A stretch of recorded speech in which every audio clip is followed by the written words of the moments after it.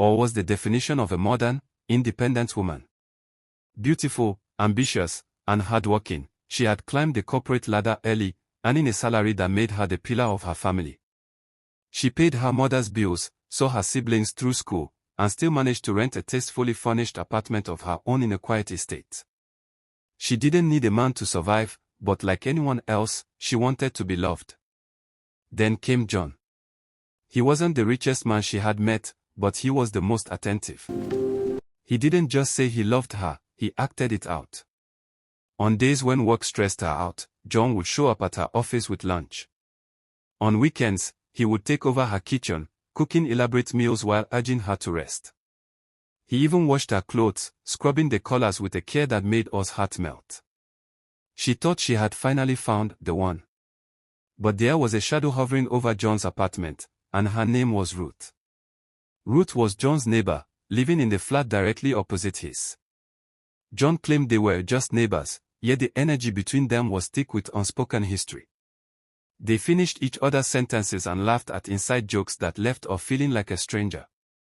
Or's intuition pricked her every time she saw them together, but John always dismissed her concerns. "Babe, you're overthinking it," he would say, kissing her forehead. "Ruth is just a neighbor. There's nothing there." The cracks began to show on a Tuesday evening. Or and John got into a heated argument about his lack of boundaries with Ruth. Frustrated and feeling unheard, Or grabbed her bag and stormed out of his apartment. She had barely walked down the street when she realized she had left her house keys on his center table. Hissing in annoyance, she turned back. The door was unlocked. Or pushed it open and froze. John was sitting on the sofa, looking relaxed. Ruth was sitting on the arm of the chair, holding a bowl of pepper soup. As I watched, Ruth dipped a spoon into the spicy broth and fed it to John. It was an intimacy that spoke volumes, something lovers did, not neighbors. Ruth looked up, her eyes dancing with mockery. She didn't flinch. Instead, she smirked.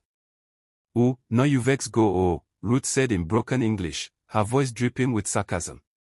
"You for chop pepper soup before you go." She stood up lazily and walked out of the room, brushing past the stunned Or didn't scream. She didn't shout. She simply walked to the table, picked up her keys, and looked at John. He had the grace to look down, but he didn't chase after her. Or left, her heart heavy with the realization that she was competing for a position that was already filled. A week of silence followed. Then,